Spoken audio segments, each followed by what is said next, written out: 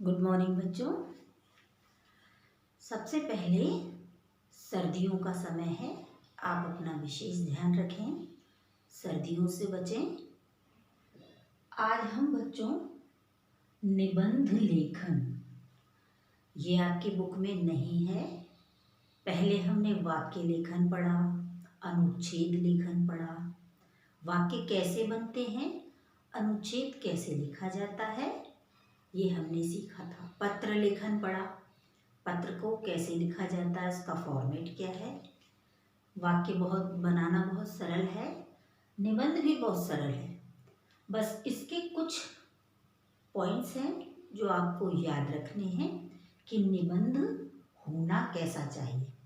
ये हमारी कनक हिंदी व्याकरण बुक में नहीं है, पर निबंध तो हमें लिखना पड़ता है, इसीलिए आप इसे ध्यान से समझें, क्योंकि बुक में आपके नहीं है तो आप इसे पढ़ नहीं पाएंगे। मैं इसे किसी अन्य बुक से करा रही हूँ जो आपके बहुत काम आने वाला है।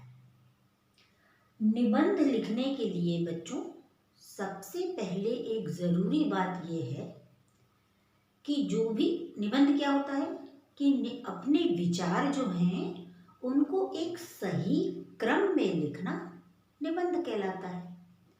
भाई हम जो भी लिखना चाहते हैं या कि कोई विषय है हमारे पास, जैसे मान लो एक पिकनिक विषय है, तो हम पिकनिक कब गए थे या हमने पहले पिकनिक जाने से पहले हमने क्या क्या विचार किया और पिकनिक में हमने क्या क्या किया, मतलब उसका एक क्रम हो कि पहले हमने क्या किया, फिर क्या किया, फिर क्या किया, एक क्रम से लिखोगे आप, वही निबंध लेखन कहलाता है। निबंध को बच्चों पॉइंट्स में नहीं लिखते हैं। अगर आप 1 2 3 डाल के पॉइंट में लिखेंगे तो वो वाक्य लेखन हो जाएगा। निबंध को छोटे छोटे पैराग्राफ में लिखते हैं, पैराग्राफ, अनुच्छेद। एक पैराग्राफ कंप्लीट हो गया, जैसे देखो अब ये बोर्ड छोटा है बच्चों, तो आपको मैं पूरा निबंध लिख के नहीं बता सकती। जैसे आपने जैसे ये लिख रहे हैं आप, ठीक है, ये लिख लिया आपने, आपकी 3 4 लाइन हो गई। आपने जो बोलना या समझाना चाहा वो इतने में कंप्लीट हो गया आपका। अब आप कोई दूसरी बात कहना चाहते हैं उसी से संबंधित, तो हमारा यहाँ एक पैराग्राफ कंप्लीट हो गया। अब हम दूसरा पैराग्राफ यहाँ से स्टार्ट करेंगे, यहीं से नहीं। निबंध को एक सार नहीं लिखते हैं। जैसे एक पैराग्राफ लिख लिया, जब हम दूसरा पैराग्राफ चेंज करेंगे नंबर नहीं डालना है, यहाँ नंबर नहीं डालेंगे, बस थोड़ा सा एक शब्द का जगह छोड़कर यहाँ से स्टार्ट करेंगे हम। नेक्स्ट सेकंड पैराग्राफ हमारा ये स्टार्ट हो गया, ठीक है। सेकंड पैराग्राफ में आपने 3 4 5 लाइन जो भी लिखी, यहाँ हमारा सेकंड पैराग्राफ खत्म हो गया। फिर हम यहाँ से थर्ड पैराग्राफ शुरू कर देंगे। तो इस तरह से छोटे छोटे पैराग्राफ में लिखा जाता है निबंध, इसमें नंबर नहीं डलते हैं। निबंध लिखने, निबंध क्या, निबंध, वाक्य, अनुच्छेद, पत्र लेखन, जो भी चीज़ हम लिख रहे हैं उसमें सबसे मुख्य बात ये है कि हमारी जो भाषा है लिखने की वो सरल होनी चाहिए और स्पष्ट होनी चाहिए। कहने का मतलब है ये जो आप लिख रहे हैं वो अच्छी तरह समझ में आए कि आप लिखना क्या चाहते हैं और कहना क्या चाहते हैं। इसलिए हमारी भाषा सरल और स्पष्ट होनी चाहिए, ठीक है। निबंध लिखने के ये 2 तरीके, एक तो हमारे क्रम सही होना चाहिए कि हम लिखना क्या चाह रहे हैं, क्रम बाय क्रम, स्टेप बाय स्टेप, ठीक है। और दूसरी क्या है, भाषा सरल और स्पष्ट होनी चाहिए। निबंध बड़ा भी हो सकता है और छोटा भी हो सकता है। अभी आपकी कक्षा छोटी है तो आप ज़्यादा से ज़्यादा 1.5 पेज या 2 पेज से ज़्यादा आप निबंध नहीं लिख सकते, इसीलिए हमारा निबंध भी छोटा है। क्लास आपकी बढ़ेगी, जब आप बड़ी क्लास में जाएंगे तो वही निबंध और विस्तार से हो जाएगा, तो वो हमारा फिर 250 300 शब्द का भी हो सकता है। हाँ, एक बात और है, शब्द जो है बच्चों, अब जैसे आपको कोई चीज़ दी जाती है, कि आपको 50 शब्दों में लिखना है। अनुच्छेद में होता है ऐसा कि आपको एक पैराग्राफ लिखना है, अनुच्छेद लेखन जिसको बोलते हैं। अब जैसे आपने लिखा 50 शब्दों में लिखना है, तो आप जब लिखते हैं तो आप वर्ड बार बार गिनेंगे कि मेरे 50 हो गए या नहीं, 1 2 3 4 5 6, अभी 48 है तो अभी मुझे और लिखना है, या 55 हो गए तो मैं अब इसे मिटा देता हूँ क्योंकि मैंने कहा है 50 शब्दों में लिखना है। ऐसा नहीं है। अगर आपको 50 शब्दों में कहा गया है तो 50 में 45 भी हो सकते हैं, पर 30 नहीं हो सकते, इतने कम नहीं। 2-4 वर्ड यदि ऊपर हो रहे हैं तो कोई दिक्कत नहीं है, या 2-4 वर्ड कम हो रहे हैं तो कोई दिक्कत नहीं है। ऐसा नहीं है कि आपको बिल्कुल 50 शब्दों में ही लिखना है, नहीं, 2-3-4 वर्ड ऊपर या नीचे हो सकते हैं। 50 शब्दों का मतलब ये होता है कि मतलब कम से कम इतने शब्द में लिखना है। ऐसा नहीं कि 50 में ही लिखना है, ऐसा नहीं। तो निबंध देखो, कई निबंध दिए हैं, एक बुक ली है मैंने, इसमें कई तरह के निबंध हैं, पर हम सारे नहीं लिखेंगे।